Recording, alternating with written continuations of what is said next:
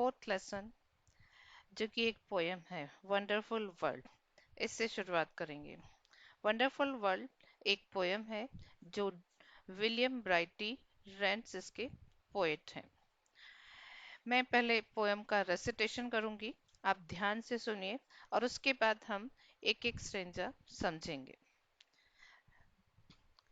Great wide beautiful wonderful world with the wonderful water round you curl, and the wonderful grass upon your breast. Well, you are beautifully dressed.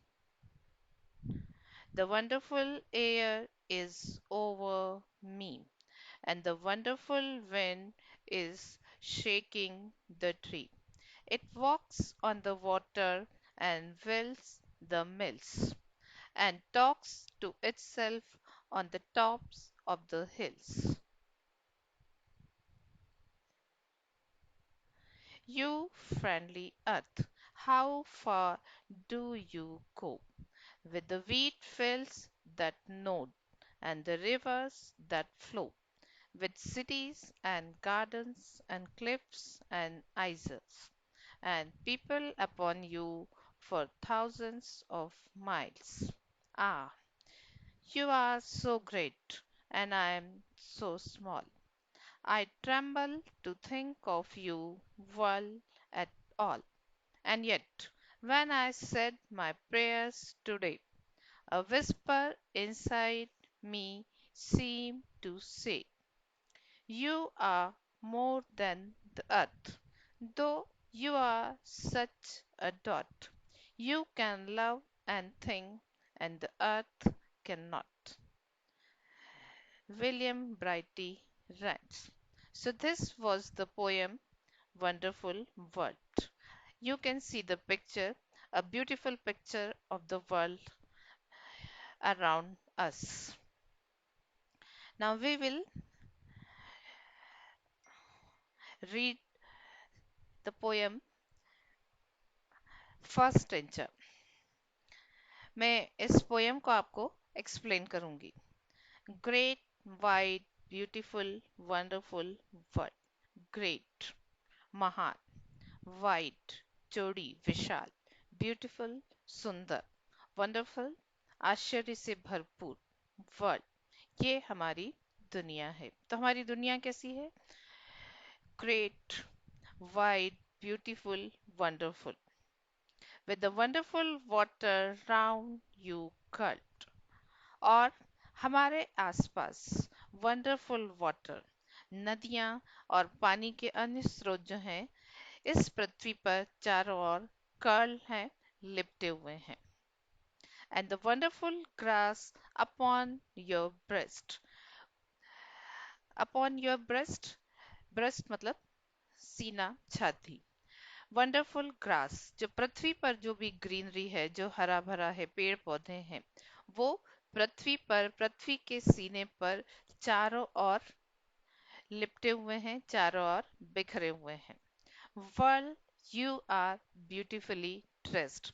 जैसे कि अभी आपने पिछले picture में देखा, world जो है, हमारी दुनिया जो है, बहुत सुंदर ड्रेस, वस्त्र पहने हुए बहुत सुंदर सजी हुई है।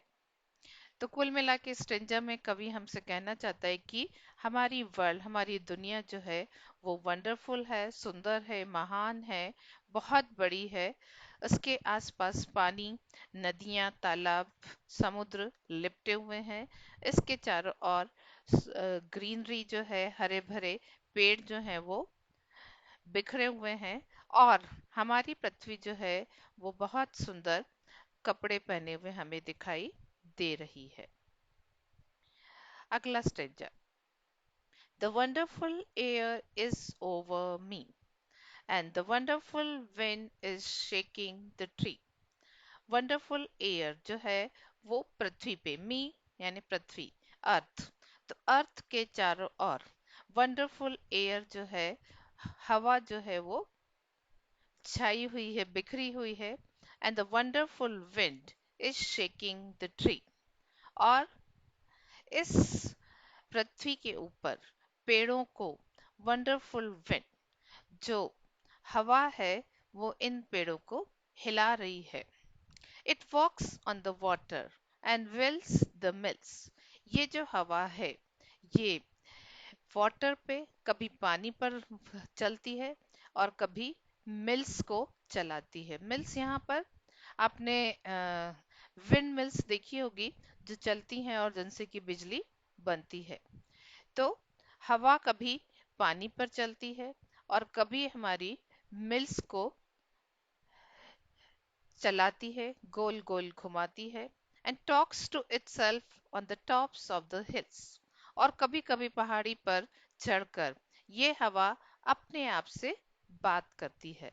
तो आपसे एक प्रश्न पूछा जा सकता है कि व्हाट डज विंड डू, हवा जो है वो क्या क्या करती है। तो ये it walks on the water, whirls the mills and talks to itself on tops of the hills, पानी पर चलती है, मिल्स को चलाती है गोल गोल, और अपने आप से हिल्स पर जाकर बात करती है। तो इस तरह से सेकंड स्टेंजा पूरा हुआ। Third stanza, you friendly earth, how far do you go. जैसे कि आप जानते हैं हमारी पृथ्वी बड़ी है, बहुत बड़ी है। तो पृथ्वी का मुआयना करते हुए, पृथ्वी को देखते हुए कवि कहता है यू फ्रेंडली अर्थ, पृथ्वी हमारे लिए फ्रेंडली है। क्यों फ्रेंडली है? क्योंकि वो हमें सब कुछ देती है। How far do you go, तुम कहाँ तक जाती हो। with the wheat fields that node and the rivers that flow, तो हमारी पृथ्वी कहाँ कहाँ तक जाती है? जहां तक कि व्हीट फील्ड्स हैं। व्हीट फील्ड्स गेहूं के खेत। तो गेहूं के खेत में बालियां लगी हैं, और वो जो बालियां हैं वो इस तरह से नोट कर रही हैं, सिर झुका रही हैं। And the reverse that flow, और हमारी पृथ्वी पर अनेक नदियां हैं, बहुत सारी रिवर्स हैं जो हर दिशा में फ्लो हो रही हैं, बह रही हैं। With cities and gardens and cliffs and isles, इस पृथ्वी पर, अर्थ पे हमारे, हम क्या क्या ढूंढ सकते हैं? बहुत सारी सिटीज हैं, बहुत सारे गार्डन्स हैं, क्लिफ्स हैं, आइजल्स हैं। क्लिफ्स हैं, बहुत बड़ी बड़ी चट्टानें हैं, आइजल्स हैं, द्वीप हैं। And people upon you for thousands of mile, और इस पृथ्वी पर बहुत सारे लोग ही लोग हैं, हजारों मीलों तक ये लोग जो है ये बिखरे हुए हैं। तो कुल मिलाकर सेकंड स्टेंजा में कवि कहना चाहता है कि पृथ्वी, तुम बहुत फ्रेंडली हो, पर तुम बहुत विशाल हो, तुम बहुत बड़ी हो। और जहां जहां तक खेत हैं, वीट फील्ड्स हैं, जहां तक वो हमें नजर आते हैं, और नदियां बहती हैं, सिटीज हैं, गार्डन्स हैं, क्लिफ्स हैं, आइजल्स हैं, और बहुत सारे लोग जो हैं हमारी पृथ्वी पर हैं। अंतिम stanza, and you are so great and I am so small. I tremble to think of you world at all.